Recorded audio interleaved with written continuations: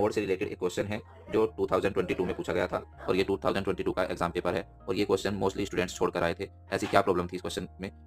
अगर हमारे पास कोई टेबल दी हुई होती है और जिसका हम प्रैक्टिस भी करते हैं, एनसीईआरटी में जितने भी क्वेश्चन मोड से रिलेटेड है उसको एक टेबुलर फॉर्म में दिया हुआ है और टेबुलर फॉर्म अगर होती है, बच्चों को उसकी प्रैक्टिस होती है तो बच्चा टेबुलर फॉर्म को देखते ही मोड का क्वेश्चन सोल्व कर देता है। लेकिन उन्होंने सारी जो टेबल की डिटेल्स थी वो उन्होंने वर्ड्स में दी थी, तो बहुत सारे स्टूडेंट्स ने इस क्वेश्चन को छोड़ दिया था। जैसे इस क्वेश्चन में यहाँ पे लिखा हुआ है the mode of grouped frequency distribution table is 75। इसमें मोड जो है वो 75 दिया हुआ है।